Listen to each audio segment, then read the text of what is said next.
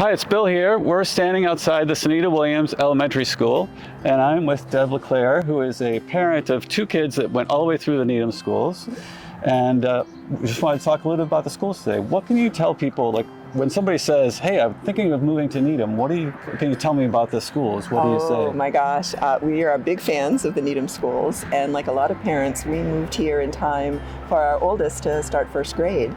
We were part of the Hillside community, so it was a different building. It's now Sunita Williams, which is beautiful.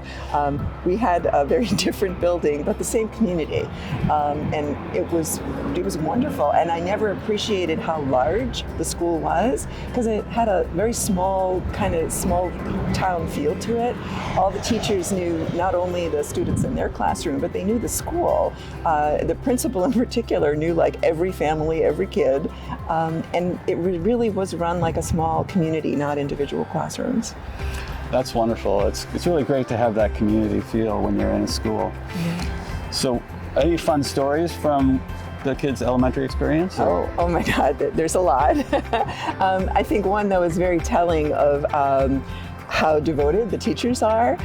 Zach's first grade teacher, who I personally think should be nominated for sainthood, really instilled a love of learning, as well as the academic, that they needed to set them up for a good experience throughout their Needham academic career. She really instilled a love of learning. They loved to go to school. They wanted to see their friends. They wanted to be part of the community. There were activities. And I ran into her years later. I don't know if Zach was probably in high school or maybe even in college by then, at the local grocery store at Sudbury Farms. And she recognized me, from all the students she had, she recognized me as Zach's mom. She asked how he was and even asked about his little sister, who she never had in her classroom. That's amazing. But they know the families, they know these kids. That's really great. That's wonderful. So your kids went through Pollard Middle School and the high school as well, right? Yep. What can you tell us about those periods? Both kids were very different learners. They had different learning styles and different extracurricular pursuits, and they just thrived in both places in their own way. Very differently, they had different paths, but they both did well. And it really set them up very well for what comes next out of Needham, which for both of them was college. The academic rigor was there so that when they went to colleges, they were very well prepared. They didn't feel like they were in over their heads. They didn't feel like they weren't, they had to struggle to keep up.